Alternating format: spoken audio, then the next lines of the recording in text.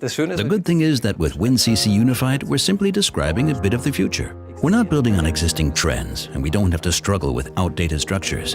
But we have a real chance to create something new. What we produce should be the visualization solution for the coming years.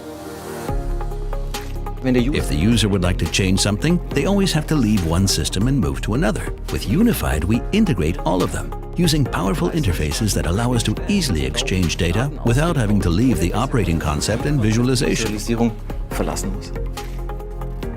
The systems work together, and this is where we offer a solution for the user. We have to be able to handle large volumes of data. The trend is always toward more devices, more data. At the same time, this data has to be made available to IT, and WinCC Unified is simply the right platform for uniting these two worlds.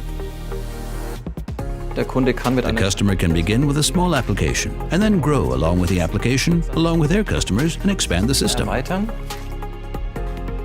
We can run the system everywhere. It can run on an edge system, in a cloud, and we can access our system anywhere without having to install anything on the devices. A system that classically can only visualize things will have to be able to do much more in the future. The edge concept comes into play here. We have apps, the customer want to write their own applications. This creates so many possibilities. I give customers the flexibility to add whatever they need to the system in this context. With WinCC Unified, we're taking a somewhat new approach. And that is actually the smart thing about it. We can work on these technologies and try things out, and in doing so, we achieve the future security that we want. Siemens, ingenuity for life.